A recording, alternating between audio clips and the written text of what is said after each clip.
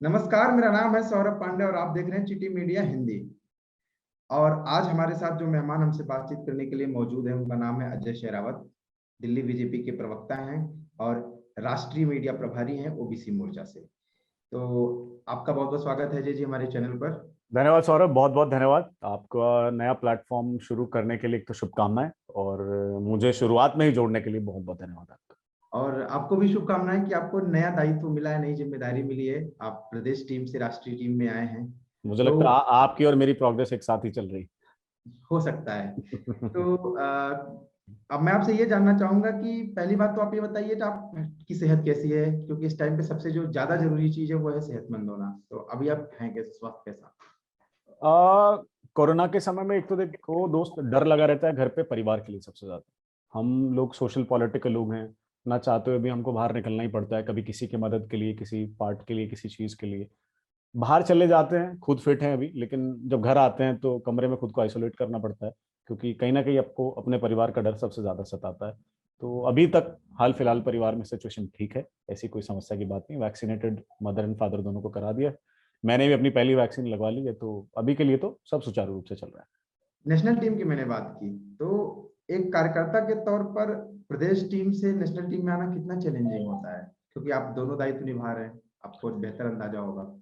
I think बहुत एक तो ना मुश्किल रहता है किसी भी साधारण परिवार के बच्चे को पॉलिटिकल पैटर्न्स पर उस लेडर पर चढ़ते जाना, छोटे के बाद छोटे, और एक एक हमारे लिए तो एक एक कदम एक एक अचीवमेंट की तरह होता है, क्योंकि मैं किसी ऐसे परिवार से नहीं आता जिसका कोई राजनीतिक बैकग्राउंड हो, या मेरे फादर सांसद रहे हो, ऐसा कोई हो। एक साधारण परिवार का लड़का जब साधारण कार्यकर्ता से लेके, भाई मैंने युवा मोर्चा से शुरुआत करी थी, भारतीय जनता युवा मोर्चा में मैं प्रवक्ता रहा, उसके बाद मुझे प्रदेश प्रवक्ता की जिम्मेदारी मिली, अब मुझे राष्ट्रीय मीडिया प्रभारी की पार्टी ने जिम्मेदारी दी। तो एक अपने आप में कॉन्फिडेंस आता है कि शायद इस पार्टी में ही हमारे लिए जगह है, कि कहीं ना कहीं ऊपर बैठता कोई ना कोई हमको देखता रहता है लगातार हमारी मेहनत को, और जब उन्हें लगता है कि कोई काबिल हमारे लिए आया है बच्चा, चाहे किसी भी बैकग्राउंड से है, वो उसको पिक करते हैं, नो मैटर उसकी कास्ट रिलीजन कहाँ कहाँ से आया है। तो मुझे लगता है इस बात से एक कॉन्फिडेंस भी आता है, और इस बात से एक सेंस ऑफ अचीवमेंट भी आपको जरूर फील होती है, और आपका और ज्यादा दिल करता है कि आप पार्टी के लिए और दिल लगाकर काम करें, और अच्छा परफॉर्म करें, और कोशिश करें इस पार्टी को और बड़ा करें, ताकि आपके जैसे कुछ और ऐसे बच्चे जो नॉर्मल साधारण परिवारों से आते हैं और जो इस दर्द को समझते हैं, जो एक राजनीतिक डिफरेंस और एक कार्यकर्ता और एक जनता के बीच के दर्द को समझते हैं, मुझे लगता है उनके अंदर वो एम्पैथी है कि जब वो पोस्ट पर बैठेंगे तो वो सर्व कर पाएंगे जो शायद एक जनता को चाहिए। क्योंकि जब जनता का सेवक जनता के बीच से निकल कर आता है, तो मुझे लगता है सही जनता का दर्द वही समझ पाता है। तो मुझे लगता है एक बहुत सेंस ऑफ अचीवमेंट भी है, लेकिन एक बहुत बड़ी रिस्पॉन्सिबिलिटी है, कहीं उससे ज्यादा, कि मुझे इस पोस्ट पर रहकर उस जिम्मेदारी का निर्वहन करना है, और कहीं ना कहीं मैं अपनी पार्टी की एम्बिशन को फुलफिल करने में कामयाब हूँ। तो बस इसी कामना के साथ अपनी नई पोस्ट पर काम करें। जी, आप युवा हैं और कैसा लगता है ऐसा देख करके जब कोई युवा अधिकारी, आप प्रकाश, मैंने ये सवाल मैं इसलिए आपसे कर रहा हूँ क्योंकि आज मैंने आपका फेसबुक पेज देखा जिस पर आपने ये मुद्दा उठाया हुआ था, और मुझे लगता है ये मुद्दा काफी संवेदनशील है जिस पर बात किया जाना चाहिए। हम्म। कैसा लगता है ये देखकर कि जब कोई युवा अधिकारी सड़क पर किसी अन्य व्यक्ति को इस लॉकडाउन में, जबकि हर आदमी कहीं ना कहीं बदहवासी की अवस्था में जी रहा है, बहुत जरूरत पड़ने पर ही बाहर निकल रहा है, उसका फोन तोड़ दिया जाता है, उसको थप्पड़ मारा जाता है, पुलिस से लाठियां पड़वाई जाती हैं, और ये सब कुछ करता है एक आईएएस रैंक का अधिकारी, डीएम वहां का, सूरजपुर छत्तीसगढ़ की मैं बात कर रहा हूँ। उसके साथ साथ कुछ दिनों पहले आपने देखा होगा, एक त्रिपुरा में भी ऐसा ही एक सीन हुआ था जब वहां पे एक शादी समारोह में एक आईएएस अधिकारी पहुंचते हैं और दूल्हे को भी ऊपर एफआईआर करते हैं, पंडित को थप्पड़ मारते हैं, और वहां बैठे सभी लोगों के ऊपर बस इसको भी पकड़ो, इसको भी पकड़ो, इसको भी पकड़ो, इस तरीके की। तो ये नौकरशाह कब इस तरीके से तानाशाह बन जाते हैं और क्यों बन जाते हैं? और खासकर ये सवाल मैं इसलिए कर रहा हूँ कि सारे के सारे युवा हैं, और इसका क्या इम्पैक्ट पड़ता है समाज पे। वो उस बात को वो सही तरीके से भी रख सकते थे, लेकिन नहीं, उन्होंने जो तरीका अपनाया उसका उनका खामियाजा भी भुगतना पड़ा। तो ये कहाँ तक आप क्या समझ पा रहे हैं, इस पूरा जो भी घटनाक्रम आप देख रहे हैं? देखिए, इस तरह का जो इंसिडेंट होता है, पहली बात तो मैं उसको पूरी तरह से कंडेम करता हूँ। अगर यही हरकत किसी छोटे अधिकारी ने, छोटा अधिकारी का भी मतलब मैं किसे कहता हूँ, जो फील्ड वर्कर होता है, जैसे मान लो पुलिस में कांस्टेबल का लेवल है, हवलदार का लेवल है, जो रोड साइड खड़ा है, उसका एजुकेशन इतना सॉलिड नहीं है, तो उसको कंट्रोल रखना है, तो हो सकता है वो किसी पर हाथ चला दे या लाठी चला दे।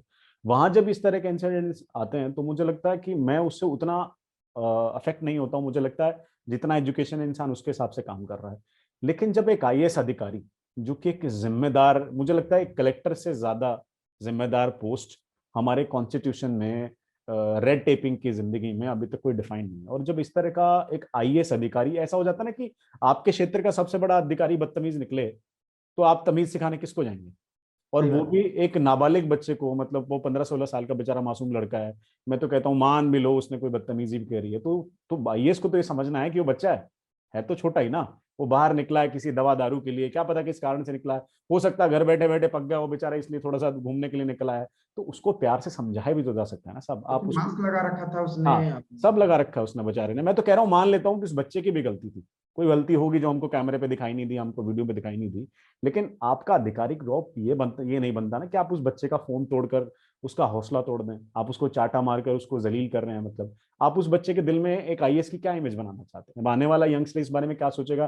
भाई मेरे को तो आईएएस इसलिए बनना है क्योंकि मैं किसी को भी चाटा मार सकता हूँ, मेरा कोई कुछ कर तो पाएगा नहीं। तो क्या आप ऐसी धारणा बनाना चाहते हैं अफसरशाही के बारे में कि अफसरशाही एक बदतमीज कौम है जो किसी को भी कुछ करेगी, उसके बाद सिर्फ उसका मैक्सिमम टू मैक्सिमम ट्रांसफर हो जाएगा? अब बहुत चीजें देखने लायक है, क्योंकि ब्यूरोक्रेसी ना लोगों की नजर में नहीं आती। मैं बहुत बार इस बात का जिक्र करता हूँ, नेता, हम लोग नेतागिरी में हैं, ठीक है, हम लोग कायदे से पॉलिटिक्स में हैं। सबसे पहला इल्जाम दुनिया में कुछ भी घट जाए तो सबसे पहला इल्जाम देश में नेता पर लगता है, चाहे उसका उसमें हाथ हो, चाहे उसका उसमें हाथ ना हो। लेकिन एक बहुत बड़ी जो बीच में सेगमेंट है जनता नेता के बीच में, वो है अफसरशाही। और मैं अब इस अफसरशाही को ना कायदे से कहूं तो बहुत पॉजिटिव सेंस में नहीं देख पाता हूँ। मुझे लगता है बहुत जरूरी है, अब जो आईएएस आईपीएस की लॉबी है, आईएएस आईएएस एसोसिएशन है, उसको खुद सामने आना होगा, अपने लिए भी रूल्स बनाने होंगे। आप राजा नहीं है इस देश के। ये कॉलोनियल एरा से सिस्टम चलता आया है ब्यूरोक्रेसी का। एक बार तो पंडित नेहरू ने भी इसके बारे में कहा था कि भाई मैं किसी से भी डील कर सकता हूँ, लेकिन मैं अपने देश के ब्यूरोक्रेट से डील नहीं कर पा रहा हूँ। और उसके बाद लेकिन इनके बारे में पॉजिटिव स्टेटमेंट भी आई। लो पुरुष ने कह दिया कि भाई ये तो स्टील का फ्रेम वर्क है, जब तक आईएएस आईपीएस रहेंगे तो मैं इस देश को बड़े अच्छे से रख सकता हूँ। लेकिन इस तरह की चीज उस समय पर ठीक थी, क्योंकि तब हमारा देश रिसेंट आजाद हुआ था, पुलिस कंट्रोल इतना अच्छा नहीं था, चौकियां नहीं बनी थी, पुलिस चौकियां नहीं बनी थी, कांस्टेबल नहीं बैठे हुए हैं, तो एडमिनिस्ट्रेशन उस समय थोड़ा सा फेलियर पर था, तो उस तरफ की रिजिडिटी चल जाती। लेकिन आज हम एक फुल फ्लेज कंट्री हैं, जहां पर हर स्टेट के अंदर पुलिस अथॉरिटी बनी है, चौकी सिस्टम, ऑनलाइन पीसीआर वीसीआर, सारी facilities already there in place. तो मुझे लगता है अब जरूरत आ गई है कि 75 साल से एक हिडन सिस्टम है जो इस पूरे सिस्टम को चला रहा है, दिख नहीं रहा है, खा रहा है लेकिन दिख नहीं रहा है, वो गड़बड़ कर रहा है लेकिन किसी को दिख नहीं रहा है, उसका अधिकार है लेकिन जिम्मेदारी कोई नहीं है, परफॉर्मेंस एवोल्यूशन नहीं है। आप किसी आईएएस से कभी नहीं पूछ सकते जिंदगी में भाई साहब आप क्या किए। अगर वो कह दे भाई साहब हम जिंदगी भर जक मारे ऑफिस में बैठ के, तो भी आप उसे नहीं कह सकते भाई साहब आप जक क्यों मारे। तो there is no performance evolution test. मैं खुद कॉर्पोरेट सेक्टर से निकल कर आता हूँ और मुझे पता है कि कितनी बढ़िया परफॉर्मेंस एवोल्यूशन की हमारी सिस्टमैटिक एक यूनिट होती थी। एचआर का एक प्रोसेस होता था जिसमें हमको डिफाइन किया जाता था साल के एंड में कि नहीं आप इस बार इतने अप्रिसिएशन के लायक हैं, आप इतने अप्रिसिएशन के लायक हैं क्योंकि आपने ऐसा किया और आपने ऐसा किया। तो कहीं ना कहीं मुझे लगता है ये जो ब्यूरोक्रेसी है आज बहुत जरूरत है इनके ऊपर इंस्पेक्शन की, इनकी ट्रांसपेरेंसी की, और इनकी चीजों को तय करना होगा कि इनकी जो जिम्मेदारियां हैं वो कलेक्टर के ऑफिस के बाहर लगी हूं, कि कलेक्टर के आधिकारिक जो अधिकार हैं ये आते हैं। इसके अलावा अगर कोई अपना कलेक्टर हवाबाजी कर रहा है या कोई अपने अधिकार से बाहर जा रहा है तो इसका आधिकारिक तौर नहीं है। कायदे से आपको खुद भी नहीं पता होगा और मुझे भी नहीं पता होगा कलेक्टर के अधिकार क्या क्या है और क्या क्या नहीं है। ठीक है, वो कब अपनी पावर को मिसयूज करते हैं क्योंकि हमें पता ही नहीं इनकी पावर क्या क्या है। तो नहीं, मुझे लगता है कि बहुत बड़ी गैप है जनता के और नेताओं के बीच में, ब्यूरोक्रेसी, और इससे डील अब हमें करना होगा।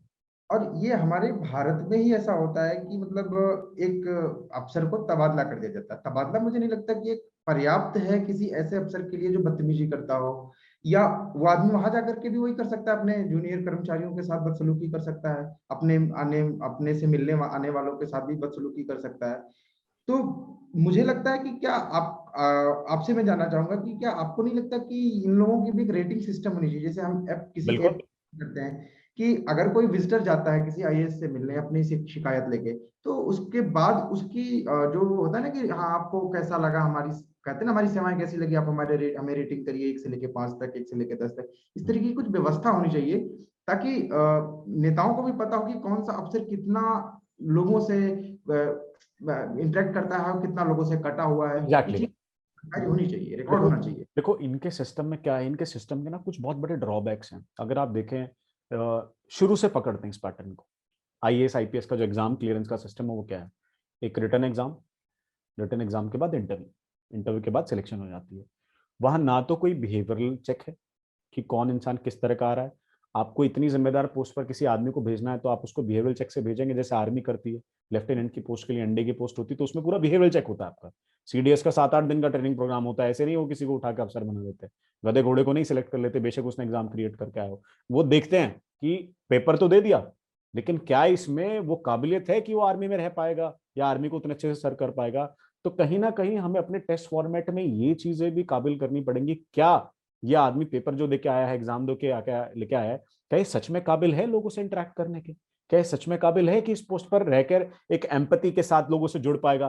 कहीं एरोगेंट तो नहीं बन जाएगा कल को, ये कहीं जाके वहां तानाशाही तो नहीं करने लगेगा? तो ये चीजें हमको उस एग्जाम पैटर्न के थ्रू ढूंढनी पड़ेगी।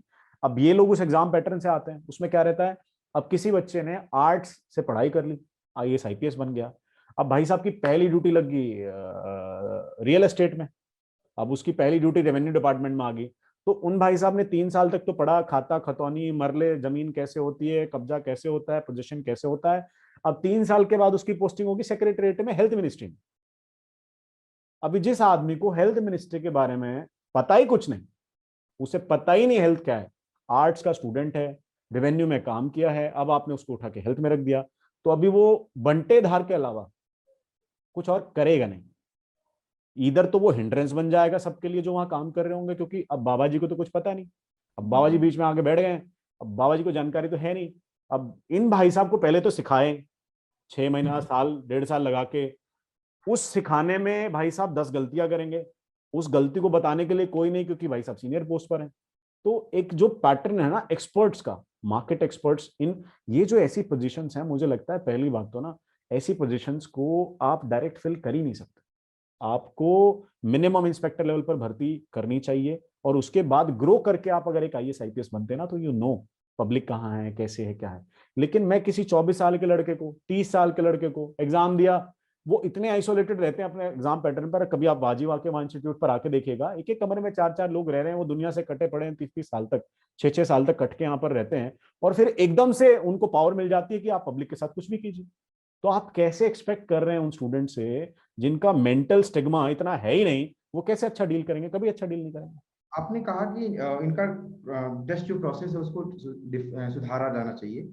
इसी से जुड़ा मेरे मन में एक सवाल ये आ रहा है कि जैसे आईएएस अधिकारी जो पहले बनते थे अंग्रेजों के जमाने में, अंग्रेज उन्हीं लोगों को उन्हीं लोगों का चयन करते थे जो उनके मुफीद होते थे, जो उनके मुताबिक सोच रखते थे, जो उनके मुताबिक उनका काम कर सकते थे, जो उनके एडमिनिस्ट्रेशन में उनकी सहायता कर सकते थे। पैटर्न सेम टू सेम वही चला आ रहा है। तो ये आजादी के बाद की जो सरकारें हैं, इंक्लूडिंग आपकी पार्टी की भी सरकार, क्या इन लोगों का दायित्व नहीं बनता है कि जो हमारी बेसिक शिक्षा नीति है, जो प्राइमरी एजुकेशन है, जो सेकेंडरी एजुकेशन है, जो इंटरमीडिएट के दौरान की एजुकेशन है, या यूनिवर्सिटीज में जो सिलेबस हमें पढ़ाया जा रहा है, अक्सर आरोप लगते हैं कि वामपंथियों ने हमारे इतिहास को बदल दिया, इतिहास के साथ छेड़खानी की गई, हमारी धरोहरों को कमतर दिखाया गया, हमें हमेशा लूटा पिटा हारा हुआ दिखाया गया।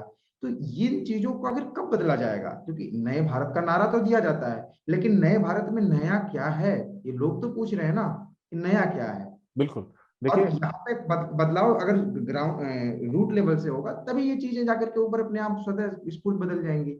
देखिए पुरानी सरकार ने भी लेटरल एंट्रीज ट्राई करने की पूरी कोशिश करी। लेटरल एंट्रीज का मतलब है कि जब आप मार्केट एक्सपर्ट्स को डायरेक्ट उठाकर एक सीनियर पोस्ट पर बैठा देते हैं, जॉइंट सेक्रेटरी की पोस्ट पर बैठा देते हैं, जो आईएएस आईपीएस का डायरेक्ट की पोस्ट होती है उस पर बैठा देते हैं। उसका पर्पस क्या था कि जब आप मार्केट एक्सपर्ट्स को, जैसे आपने टेक एक्सपर्ट ले लिया, अब टेक एक्सपर्ट ने अपनी जिंदगी लगा दी 20 साल बाहर टेक सीखने में, और आज मैं उसको जॉइंट सेक्रेटरी आया हूँ टेलीकॉम डिपार्टमेंट में, तो क्या करेगा? माशाअल्लाह वो मेरे लिए काम करेगा, क्यों नहीं करेगा? बहुत अच्छा काम करेगा। कम से कम उसको इतनी नॉलेज सेंस तो है कि दुनिया चल कहाँ रही है।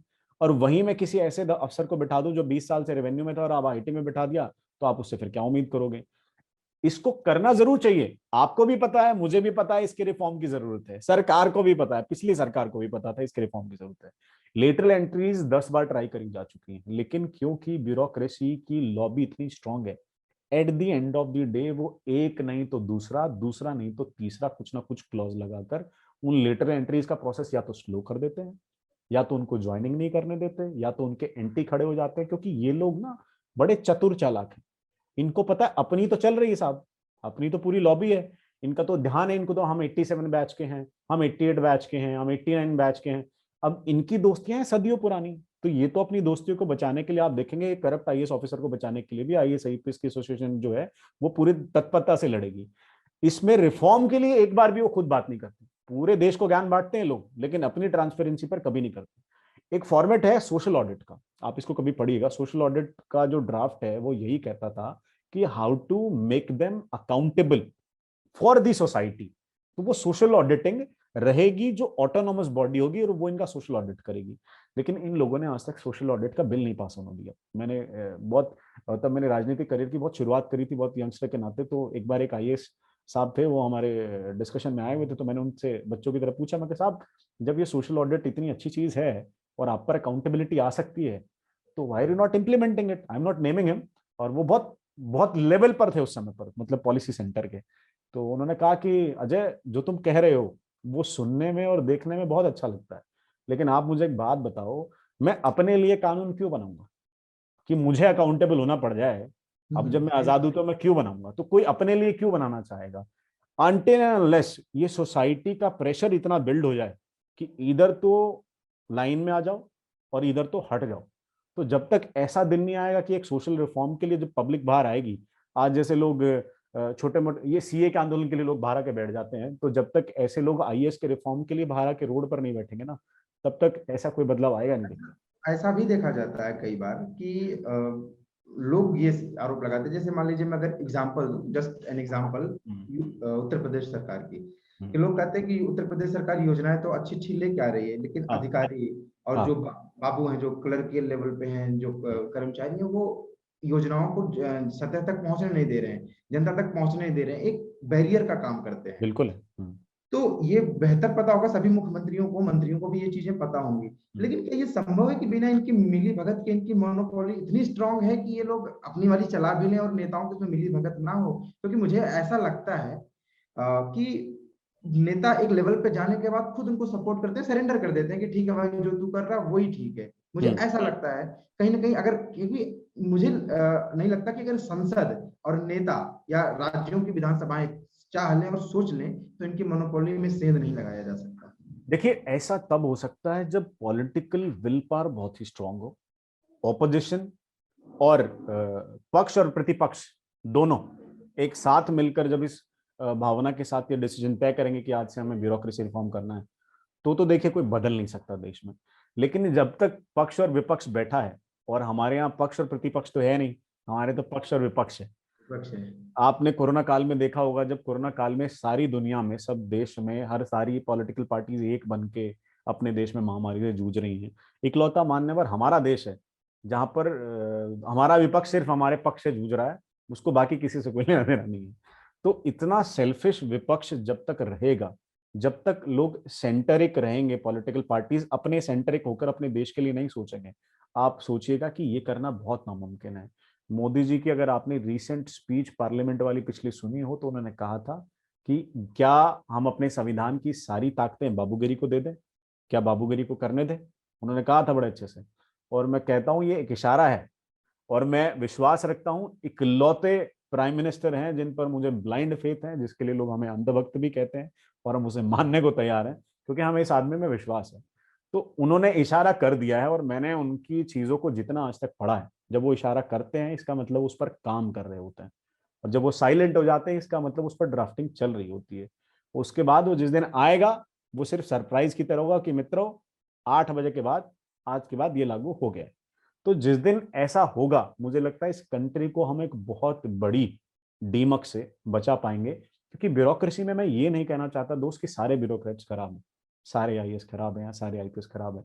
बहुत सारे यंग लड़के लड़कियां जो जाते हैं वो बहुत अच्छी उम्मीदों के साथ जाते हैं, एम्बिशन के साथ जाते हैं। बहुत साधारण घरों के बच्चे आईएएस आईपीएस बनकर जाते हैं कि नहीं पापा मैं सर्व करूंगा लोगों को, देखो मैं दुनिया में नाम कमा के दिखाऊंगा। बट जब वो सिस्टम में जाके एड्सॉर्ब होते हैं, वो सिस्टम इतना रॉबस्ट है कि ईदर स्टिक विद इट और either will make you haunt. तो आपको वो इतना भयभीत कर देगा वो सिस्टम, तो आपको लगेगा कि यार क्यों अपनी जिंदगी बर्बाद करने पे तुलाऊं, जो ये कह रहे हैं कर लेते हैं।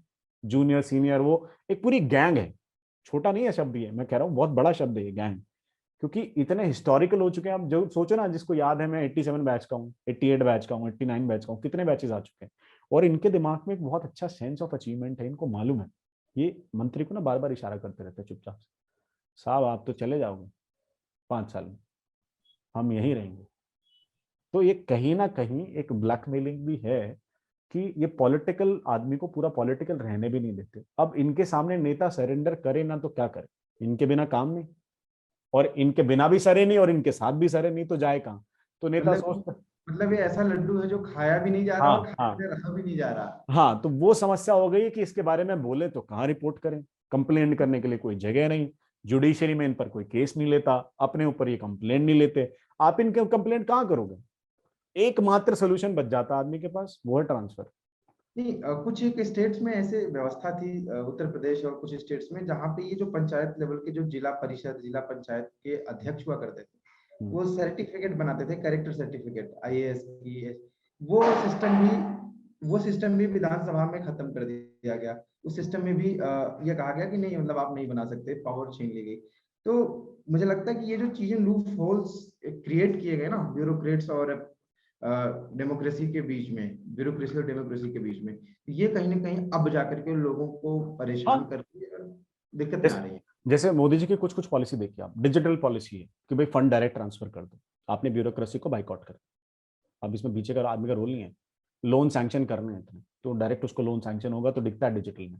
पहले तो कॉपी किताब होती थी साहब, पता नहीं चलता था रेवेन्यू डिपार्टमेंट में। जो डिजास्टर रिलीफ फंड पहले आता था, किसके खेत की कितनी बर्बादी हुई कौन तय करेगा, कलेक्टर तय करेगा। किस बिहाफ पे तय करेगा, कोई पैरामीटर नहीं है। किस बिहाफ पे काम किया वो कोई पैरामीटर ही नहीं होता था। जब तक हम इनको अकाउंटेबल नहीं बनाएंगे, मैं तो कहता हूं कि हम इन्हें बदल नहीं पा रहे या कुछ और सारी चीजें हैं, हो सकता है सिस्टम अच्छा भी हो, लेकिन पहले हम इन्हें अकाउंटेबल तो बनाए। The first day they start getting accountable, आधे से ज्यादा काम हमारा हो जाएगा। जैसे मैं कुछ चीज आपको बताता हूँ, एक सर्टेन एग्जांपल देता हूँ। दिल्ली की एक लैंड पुलिंग पॉलिसी है, आप उसको कभी पढ़िएगा, Delhi land pooling policy. Delhi development authority DDA के अंडर आता है।